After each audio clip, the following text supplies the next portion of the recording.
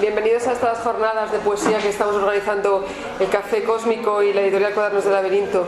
Hoy es el primer día de estos recitales, el segundo será el próximo mes con Julio Santiago. Hoy tenemos la suerte de, bueno, estamos en familia, va a ser un acto íntimo, a no ser que luego llegue una avalancha de gente, pero también la poesía a veces es muy agradable que sea entre amigos, como si estuviéramos en casa, una tarde estas de café y cerveza en la que la gente sale a recitar. Además ya empieza la primavera, se acaba la crisis, en fin, que la poesía es una de las mejores cosas que podemos hacer para encarrilar todos estos beneficios. Vamos a empezar con la presentación de María José Cortés. La va a presentar Ana Montojo, que también es otra gran poeta. Hace poco hemos presentado su libro Plantas de Interior. Y a continuación Julio Santiago va a presentar a Marta Gómez Garrido. Tanto Marta como María José acaban de publicar libro y este recital está encaminado para que la gente conozca estos dos libros, más de darlo a conocer un poco más. Empezaba Ana Montojo. Gracias.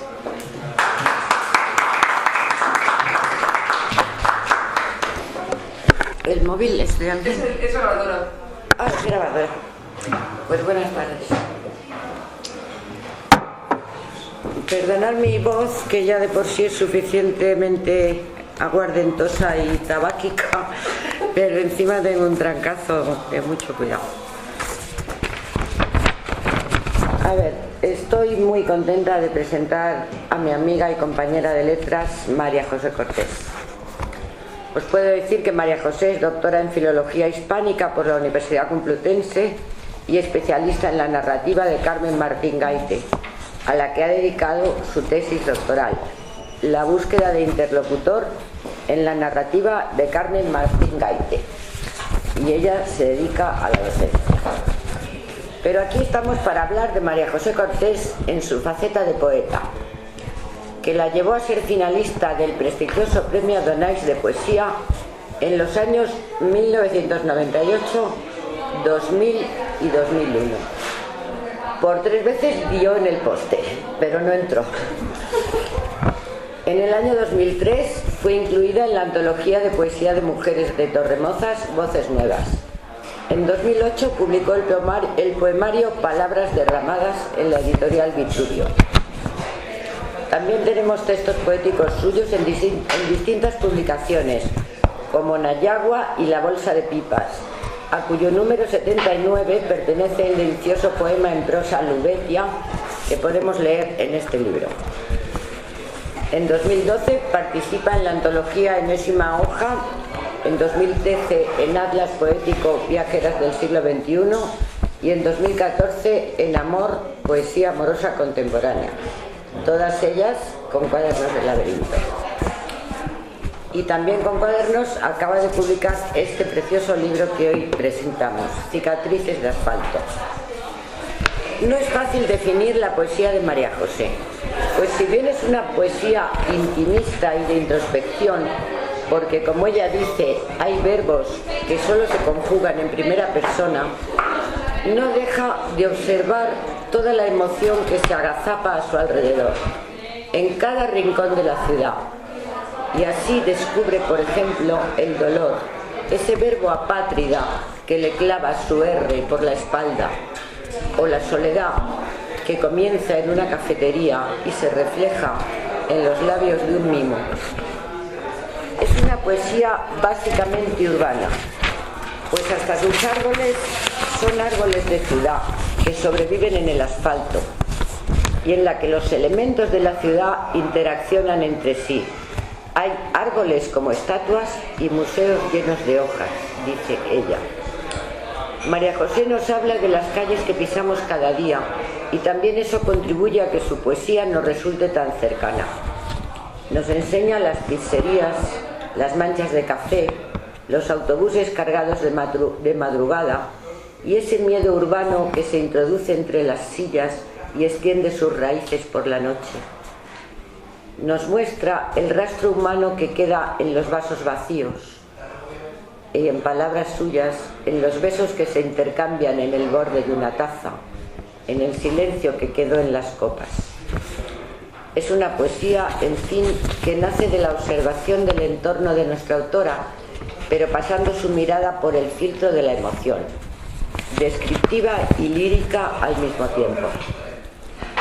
Cicatrices de asfalto es un poemario delicado como un cristal fino, con un alto contenido emocional y con un estilo directo y conciso, limpio casi hasta el ascetismo, sin la más mínima concesión al adjetivo ornamental, fácil y superfluo que tanto enmascara la poesía cuando no tiene nada que decir.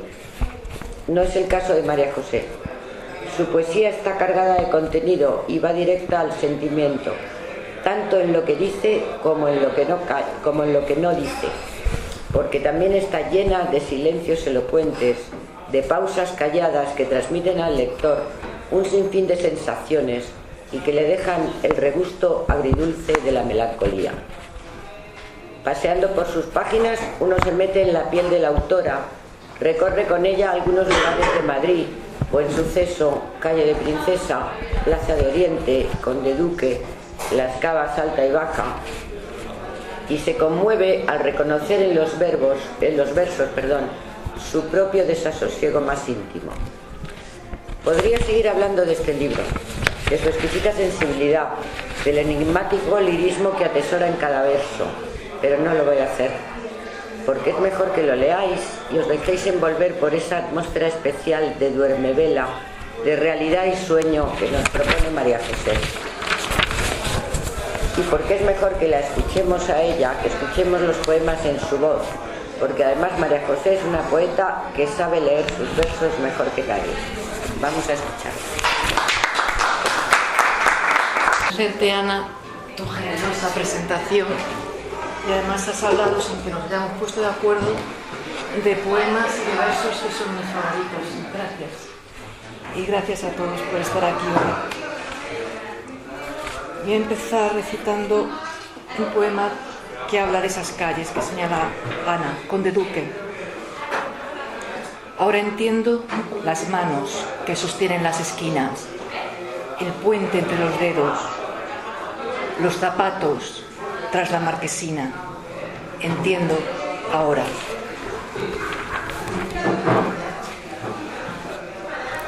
La sien. Despierto en la sien de la madrugada, la cabeza repleta de ojos en la cerradura, de espera con Godot, del silencio que quedó en las copas. Intento apaciguarla con una palabra que derrote a la carcoma. La madrugada dice que las sienes le pesan como la inminencia del desahucio, como una fecha en la nuca de un yogur, como una cuesta de horas. La madrugada dice que ha visto niños que no creen en los juguetes, padres que aún creen en el periódico, ancianos que descreen del otro en el espejo.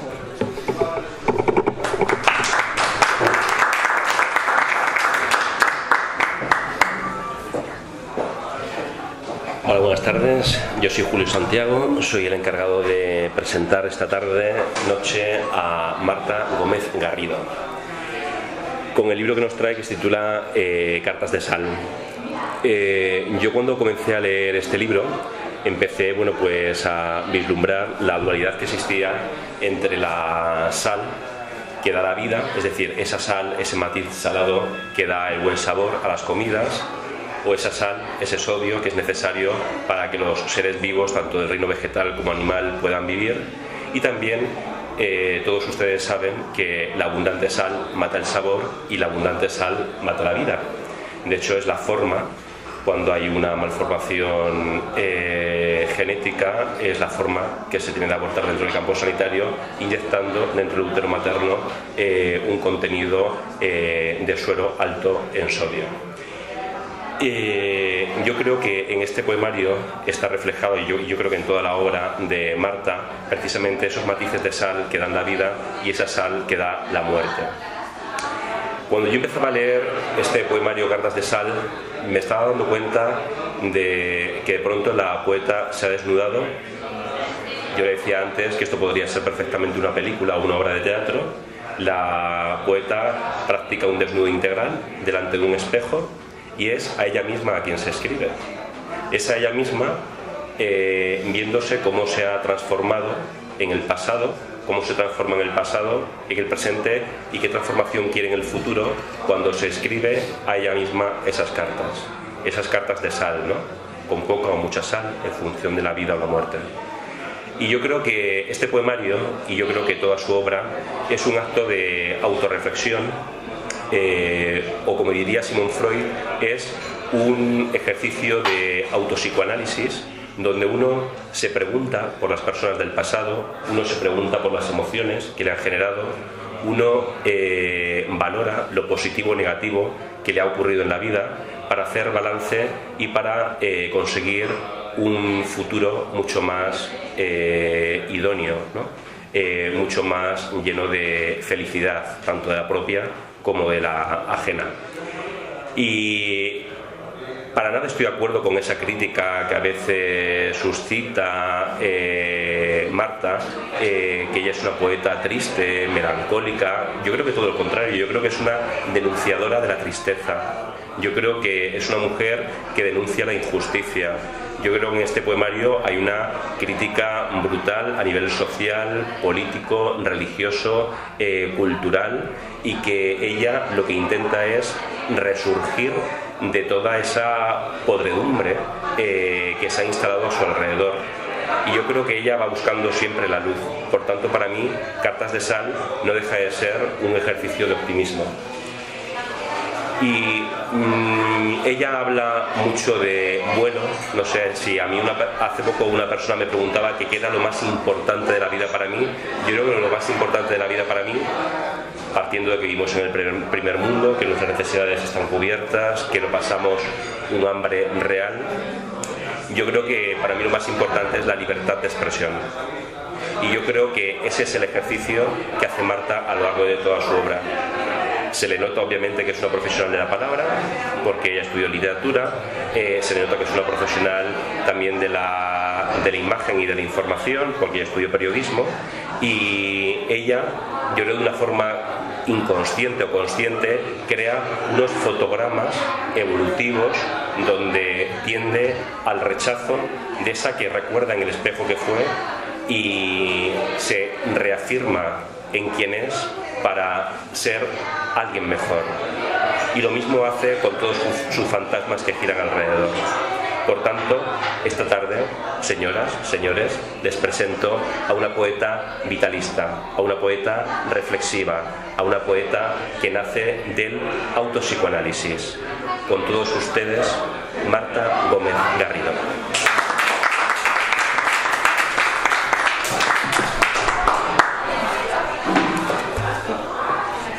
Pues muchas gracias, Julio, por tus palabras. El poemario Cartas de sal tiene 8 apartados que siguen la trayectoria vital de un fénix, y por tanto cuando ahora voy a leer poemas voy a seguir esta trayectoria. Primero voy a leer la carta que abre el poemario, porque creo que resume bastante bien la finalidad de la obra. Y bueno, estas cartas encabezan cada apartado y las introduje porque pensé que le iban a dar una estructura o un hilo literario al poemario, a la redundancia. Querida desconocida, no sé bien cómo empezar esta misiva, después de tanto tiempo sin hablar. Hace poco me acordé de ti, tu imagen cruzó mi mente y recordé aquel tiempo en el que hablarnos era una parte más del día, como la hora de la comida o la puesta de sol. ¿Recuerdas esas puestas de sol que veíamos en silencio desde la terraza? La vida parecía tener sentido por sí misma. No te voy a negar que he estado perdida, que ha llegado un momento en el que no sabía hacia dónde iba o quién era. Solo seguía caminando en una inercia anónima, destructiva. Era más una sombra mecánica, automática, que una persona, sin sangre, sin lágrimas. Bueno, con lágrimas sí, ¿por qué mentir ahora? Estos últimos días, sin embargo, me he sentido renacer, como si un fuego ardiente hubiese nacido desde mis entrañas hasta la garganta, para gritar una nueva vida. Algo así como un fénix, rasgándome desde el interior, pidiéndome un cambio, el cambio. A veces tengo la sensación de que mi historia podría ser la de un fénix, de fuego y plumas, arder, renacer, vivir, arder sin cesar.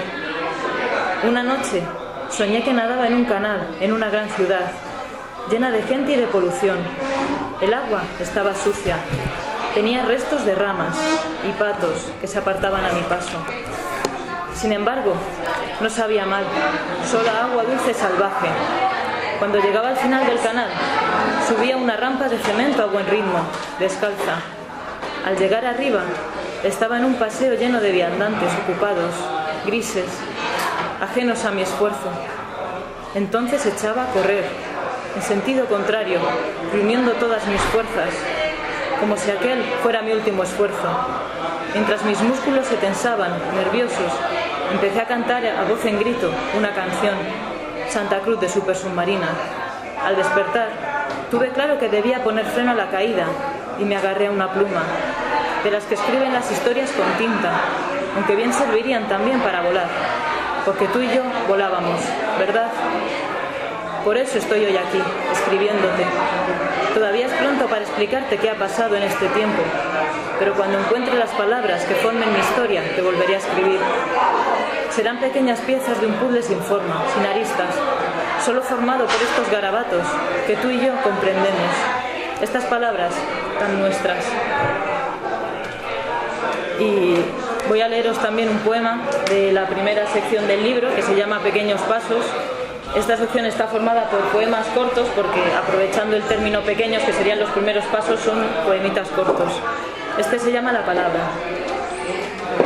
He llegado hasta el fin del mundo, solo para gritar una palabra, secreta, inventada. Sí, he llegado hasta el fin del mundo, sola, sin ti, sin nadie, y estaba justo allí donde lo dejé.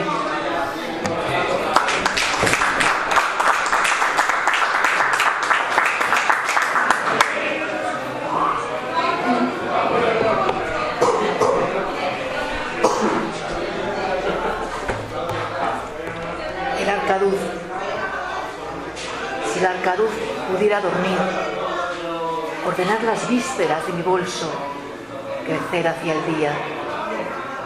Si mis pechos no fueran la almohada de la noche, las palabras entraran limpias de la calle y te quitaras el perfume de su nombre. Si el día no enfriara las tostadas, las semanas no fueran un disparo al calendario y el cuerpo no perdiera su sed de agua bendita, tal vez aprendieras a quererme como una vez imaginé.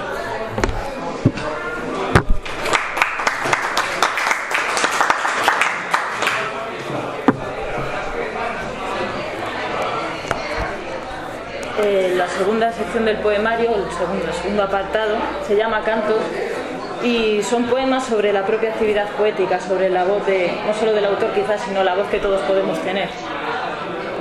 Voy a leer un poema que se llama Páginas y trata de esas veces que tenemos la sensación de habernos perdido, que no sabemos si hemos cumplido todos los sueños, las expectativas que teníamos con nosotros mismos, aunque muchas veces esa sensación de no haber cumplido lo que esperábamos es un impasse, es como lo que precede al salto para conseguir algo nuevo. Páginas. ¿Dónde están los sueños que marcharon en huelga a otras manos? ¿Dónde? Las palabras que ahogué sin mirar, los ecos que perdí en el camino de la felicidad, las caricias que ignoré para teñir de rosa letras que caían por su propio peso. Cada vez menos capaz, menos yo, quizás más, pero sin páginas, sin letras arañadas en tinta, sin sueños garabateados en la frente, con la mirada vacía, sedienta de tinta y cristal. Ahora, solo fragmentos de una pared rayada, verticalmente inquieta. ¿Puedes verla? Esa rabia que fluye por arterias de revista, el miedo que prende las letras de mis páginas, que calla en una incógnita al sudor de mi mente. Mírala, una mano agarrotada que finge ser cristal, que solo llegó a ser madera hueca, cuando soñó alcanzar un orbe imantado que atrajera sentimientos, a la deriva, en barcos de papel. Acércate, con esas pupilas de nácar que alumbran mis huesos, con el ánimo inquebrantable de espadas que pasaron las noches en vela y de lágrimas que por miedo se fundieron en 4 esquinas, con una sonrisa de doble filo que vierte espacios sin tiempo, con jirones de nubes te escribiré desde el cielo un mensaje que diga, ahora sí puedo.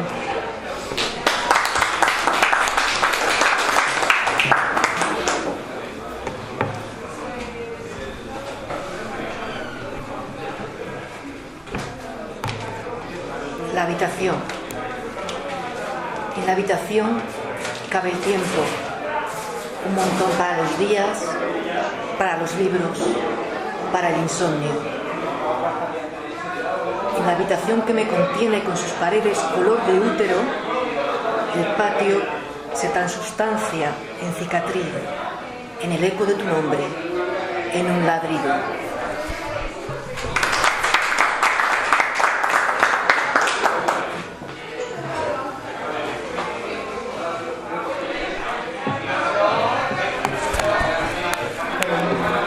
Voy a leer ahora un poema del apartado vuelo, que es sobre todo tiene poemas sobre crecimiento personal, por eso el vuelo. Y voy a leer el poema Raíces. Este es un poema que dediqué a mi madre, además fue un regalo de Navidad, y yo siempre pensé que si mi madre fuese un animal sería un búho, no sé muy bien por qué, pero es así. Entonces de ahí los símbolos sobre las alas, el vuelo y las plumas. Y además es un poema que aparece en la editorial también de Cuadernos del Laberinto en Atlas Poético. Raíces. Ocurre que a veces, cuando sobrevuelo los lagos de las tierras en las que nací, reconozco en mi reflejo emplumado la comisura de tu silueta y siento tus alas de marfil en torno a mis hombros, en un abrazo con sabor a galletas de mantequilla. Cuando miro atrás, es tu sonrisa la que entona viejos cuentos, esos que iluminaron mi mesilla, las noches en las que el sudor me pegaba a las plumas. Cuando miro al frente, son tus manos las que escriben en los recodos de mi mirada. ¿Acaso no sabes que cuando vuelo lejos, siempre siento la sombra de tus alas sobre la espalda?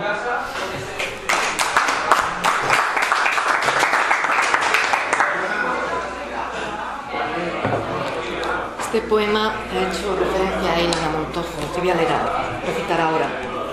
Los verbos. Hay verbos que solo se conjugan en primera persona. Por eso es tan difícil suicidarse en segundo sujeto.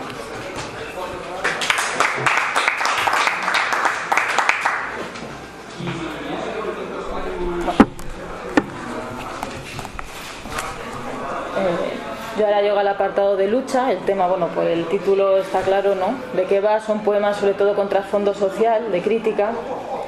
Y voy a leer un poema que trata sobre la intolerancia, los prejuicios y la falsa moral. Se llama El barro. Juzgar es fácil. Es fácil clavar la lengua, como queja sutil y afilada, en las escápulas del alba.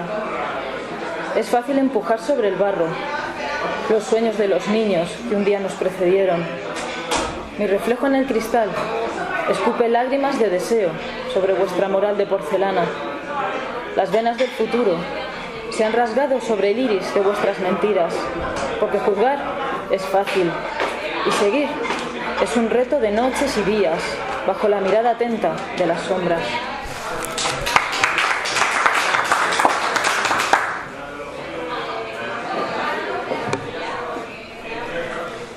Ahora voy a recitar un poema que se titula El agua, que apareció en enésima hoja, Cuadernos del Laberinto. El agua sorprende los sueños de la ciudad recién abiertos, los pasos que se recogen en esa hora que separa la luz de la sombra, la espera de quienes se acostumbran a perder. El agua, esa palabra tan sencilla, tan decible, cotidiana de solo repetirla, lava la cara de los edificios de su siesta de tiempo, las pianas de arena donde se exhiben los árboles, como queriendo recordar que alguna vez la ciudad fue distinta al cemento. El día sucede bajo el agua.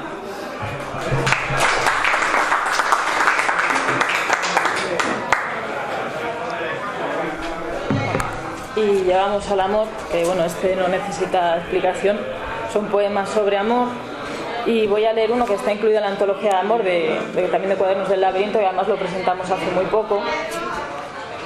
Y se llama Puntos Cardinales. Trata sobre uno de esos amores que te arañan por dentro. El tiempo nace en tus labios y se abre en canal entre tus senos, hacia adentro, muy adentro, bajo 3 capas de piel y 1000 miedos que sobrevuelan nuestro reflejo. En un susurro húmedo, pegajoso, el espacio se funde en los pliegues de tu cuerpo, en un camino tibio, solo insinuado al tacto, palpado con las manos sedientas, agarrotadas de promesas.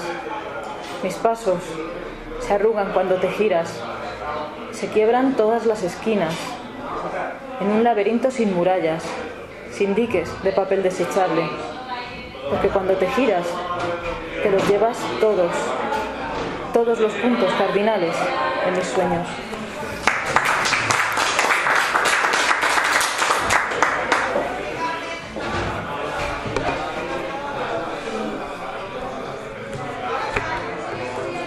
Los autobuses, también los mencionó Ana. Este también está publicado en enésima hoja. Los autobuses pasan llenos de madrugada, en esa hora en la que aún las calles no han sido puestas por la luz. Los autobuses de madrugada pasan con su voz bronca, como si no hubieran tenido tiempo de tomar el primer café o les doliera el estómago lleno de gente. Lo sé, yo he viajado en esos autobuses los años que llenan la madrugada.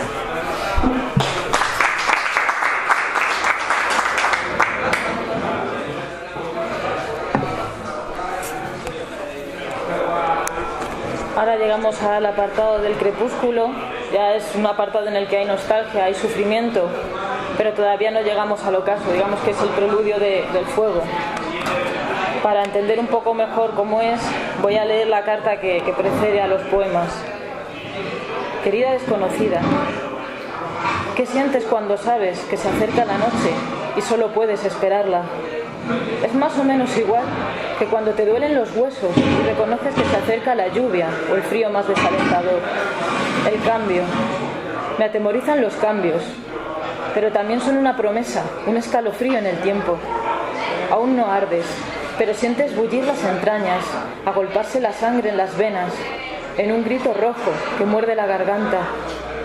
Por mucho que temamos al cambio, lo necesitamos, como a la luz del sol. Ni tú ni yo estamos hechas para sentarnos en una esquina, a dejar pasar la vida, veloz y esquiva tras un fular de seda. El color de la tela puedes ponerlo tú. Después de un tiempo, me di cuenta de que la vida no son solo crisis cíclicas, estabilidad frente a revolución. También están los días rojos, esos que te llevan a mirar escaparates llenos de diamantes, que brillan como una promesa, en los que tienes miedo sin saber de qué.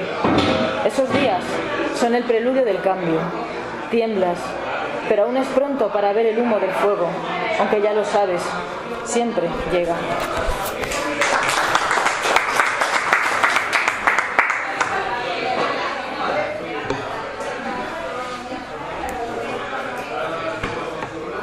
La soledad.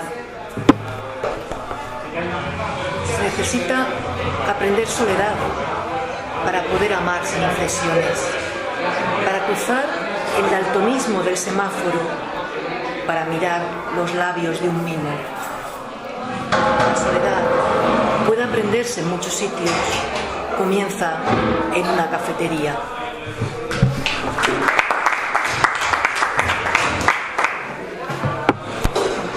Y siguiendo en el crepúsculo, voy a leer ahora un poema que se llama Viento.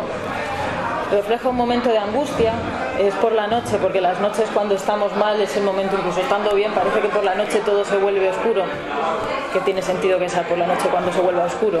Entonces en este poema se ve la soledad, la frustración y la esperanza colgando ya de un hilo. Viento. El aire corta las persianas de la noche, las agita en un batir furioso, desesperado, que erosiona las pupilas del alba.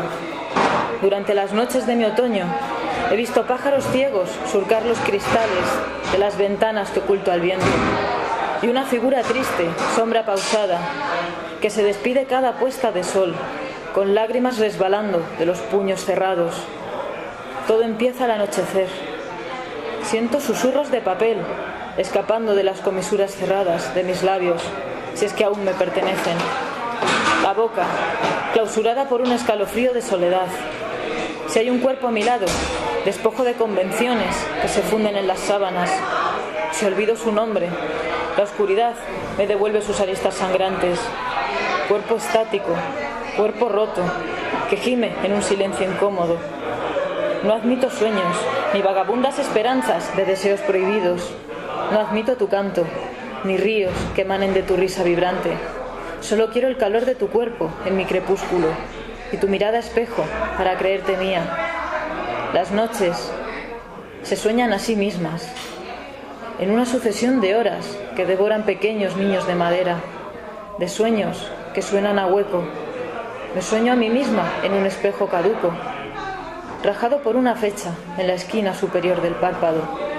Sueño que soy un muñeco de madera que cubre las expectativas de los títeres. Sueño soledad en mi reflejo, viento que ata el tiempo, aire que encadena el cuerpo.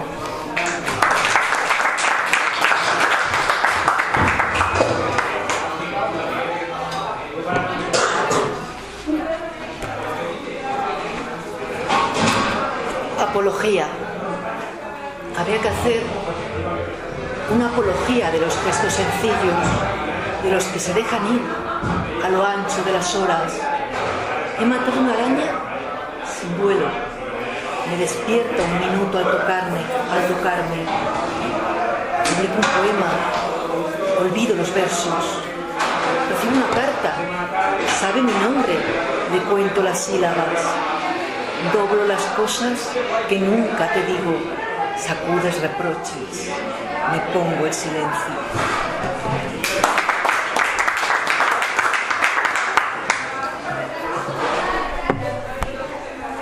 Bueno, llegamos ya al fuego del Fénix, que es la sección de arder, cuando ya llega la catarsis y el fuego y explotan todas las emociones oscuras para dejar paso a una luz, a algo nuevo. Voy a leer la carta de introducción porque ya al ser la penúltima me parece interesante.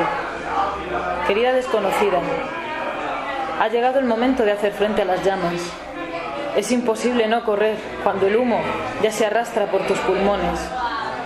Al principio lo ignoras, aunque lama tus ojos y te haga llorar en un espasmo involuntario. Sigues mirando de frente, mientras el paisaje se empaña en un tornado de sueños y miedos que revuelve el estómago. Llegó el momento de reconocer el fuego, pero no de huir, sino de entregarse a las llamas con los brazos abiertos y el pecho al descubierto. Dejarse caer sobre los brazos del fuego destructor, permitir que la desesperación queme las entrañas y derrita los rescoldos de una esperanza que había ocupado cada poro, cada vena y cada hueso. Caer hasta el fondo, en una bajada estática, inmóvil. Solo las pupilas, en un movimiento reflejo, inspirado, recorren el camino. Es curioso que el único signo exterior del fuego en la catarsis sean las lágrimas. No quedan cenizas, sino pequeños restos de sal solidificada. Por eso, solo a partir de la sal podemos volver a nacer. Y yo ya voy sintiendo su sabor entre los labios.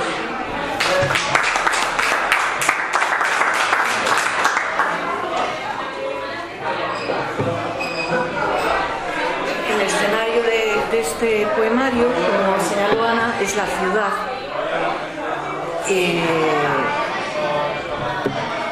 Hay dos ciudades, una concreta que es Madrid y otra ciudad inventada que es la que nos puede salvar de la herida de la gran ciudad, cada uno podéis tener la vuestra, que se llama Lubetia.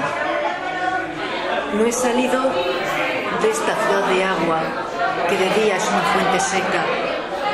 Mi oficio, preparar el tiempo los zapatos, sandalias y chapines que entran con su linterna en el ayuntamiento. Como aquí no hay tiempo, no sé si este trabajo, que tal vez no existe, me viene del futuro o del pasado. Arreglo los pies, que cada día suben una planta de largos para descenderla después, por la noche, para que los muertos puedan salir del cementerio. Me gustan los zapatos, es cierto. Me gusta mantener su piel tersa, como la de una muchacha puber. Pero lo que de verdad me gustaría, en este tiempo que celebra orgías con siglos, abades y unicornios, es tener la ocasión de transformarme en mujer, para no solo acariciar con mis dedos febriles el límite de un tacón de aguja, sino tener la osadía de subirme a ellos. Y desde su altura, con un vestido del color que esconden las casas, tras esa puerta que no puede abrirse, entrar en las calles. Un vestido largo que dejara abierta mi espalda, que cubriría con un echarpe de pelo. Un vestido que abriera las puertas del Hotel Ambasador, donde pondría un tacón sobre la mesa, aún vestida de novia, y pediría a un camarero que me sirviera champán para comprobar el equilibrio de las burbujas sobre 10 centímetros de vertical desafío. Al final de la noche, que sería casi mañana si el tiempo existiera en Lubetia, buscaría a Serena para pedirle las llaves de mi cuerpo.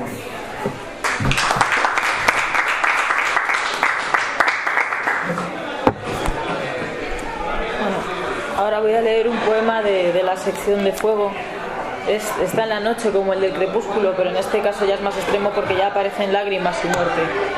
Se llama Noches de lavanda. ¿Cómo rimar? Olvidé en esta noche despliego oscuro. Se me perdieron las palabras en el sumidero de las horas, tras minutos, tras segundos en blanco, desordenados, desvaídos. He perdido las vocales que forman tu nombre. Se me caen las estrofas entre los dedos, en versos inconexos. ¿Dónde están? ¿Por qué solo queda la sensación, la certidumbre en la duda, que se ilumina en la mente de madrugada, en forma de palabra exacta? Ese verso perdido, vomitado en sueños, como parido a medianoche, en un silencio que me asusta, que huele a lavanda y a muerte. No, es un ligero olor a mar o lágrimas, por la libertad o por rasgarme la piel, en un juego que olvidé nombrar, que agrieta los pulmones. Y mi respiración es tan pequeñas las palabras que se murmuran en silencio, que ya no huelen a ti ni a mí, porque tienes tantos nombres, tantos rostros rasgados, adentelladas en noches de lavanda, que eres más yo que tú, más yo que yo. ¿Cómo nombrar tu sombra en mi techo?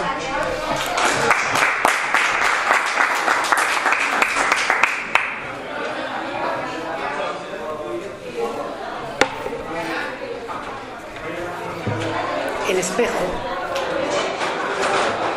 A diario me miro en el espejo. Olvido dibujar mis cosas, mi nombre.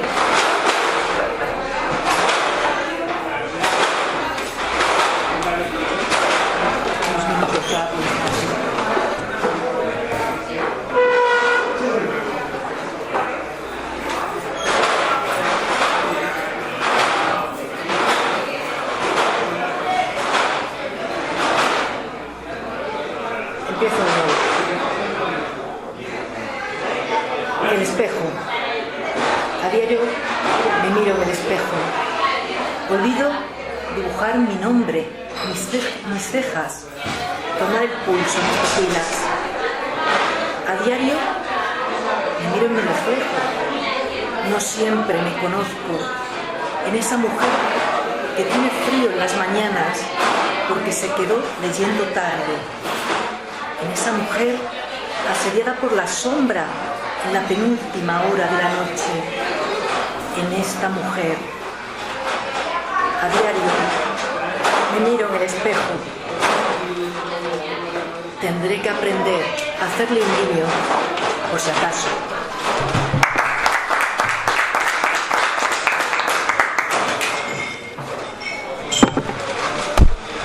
Bueno, y ya llegamos a Resurgir. En este último apartado ya hay poemas que tratan de luz, ¿no? De cosas positivas que surgen de un sufrimiento pasado. Voy a leer un poema que se llama Este lado del cristal, y es un poema que me gusta mucho porque generalmente, como se suele decir, se suelen escribir poesías cuando uno está mal, o sobre desamor, o sobre pérdida, porque el sentimiento es tan fuerte que necesitas escribirlo. Y me gusta este poema porque es sobre lo mismo, pero sobre algo positivo. Es algo positivo tan bueno que necesitas escribir sobre ello también. A este lado del cristal. Al mirar por la ventana, me pregunto por qué ahora exhalo sueños en un suspiro morado, inconsciente, que se enreda en tus párpados dormidos.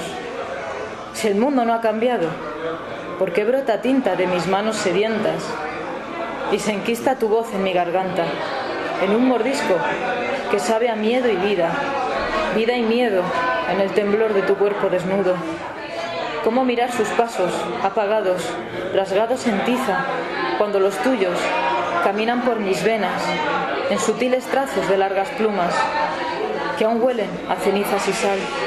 Te llevo dentro, tan dentro, que a este lado del muro la vida se deshace en pequeñas letras de colores, que no caben en sus palabras de cartón trillado, que arden en el reflejo de tu sonrisa, difuminada al mirar por la ventana a este lado del cristal.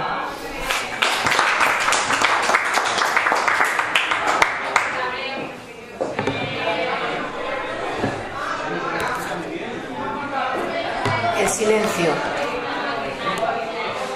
Hay quien necesita llenar el silencio de palabras y quien prefiere escuchar su sonido. Hay transmisores de ideas y buscadores de sentido. Hay quien visita museos y quien frecuenta los árboles. Hay árboles como estatuas y museos llenos de hojas. Y yo no sé si soy silencio o palabra, idea sin sentido o sentido con ideas, museo lleno de árboles o bosque de estatuas.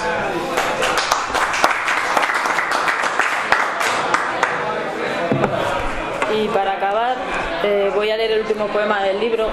La presentación del libro luego me comentaron que es mejor no leer el último porque quitas la emoción, pero bueno, es un poemario, con lo cual... Claro, no es una novela, con lo cual no leo la última carta, que en todo caso sería lo que guardaría un poco de intriga, así que leo el último poema. Es sobre un fénix, que es para cerrar también toda la idea del libro del fénix. A mí la verdad es que el fénix es un animal mitológico que me gusta mucho por lo que representa como símbolo. De hecho, tengo hasta uno tatuado, o sea que me parece un gran broche. Fénix. Romper, con las manos cerradas, los puños al cielo, el tejido con el que construí mi reflejo. Descubrir, con lágrimas surcando la espalda, la mandíbula en vilo, las huellas de vuestros pasos que se pierden al otro lado. Reír, en un suspiro, la mirada eclipsada. Dejar que el tiempo lama las lágrimas, que las alas rasguen las cicatrices con perfil de alambre, de sonrisas desdibujadas en la almohada. Mirad al fénix remontando el vuelo, lejos, muy lejos, hasta el próximo incendio de tinta y versos.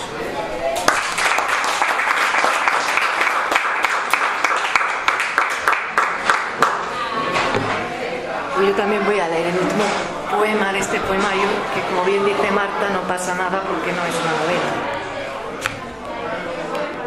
El otoño. Ayer salí a caminar por el otoño. Me acompañabas en el oasis de sol de la Plaza de Oriente, en las cavas alta y baja, en las piedras de la Plaza Mayor. Y hoy parece imposible la unión, que vuelva a existir, que haya existido. Salí ayer a caminar por el otoño.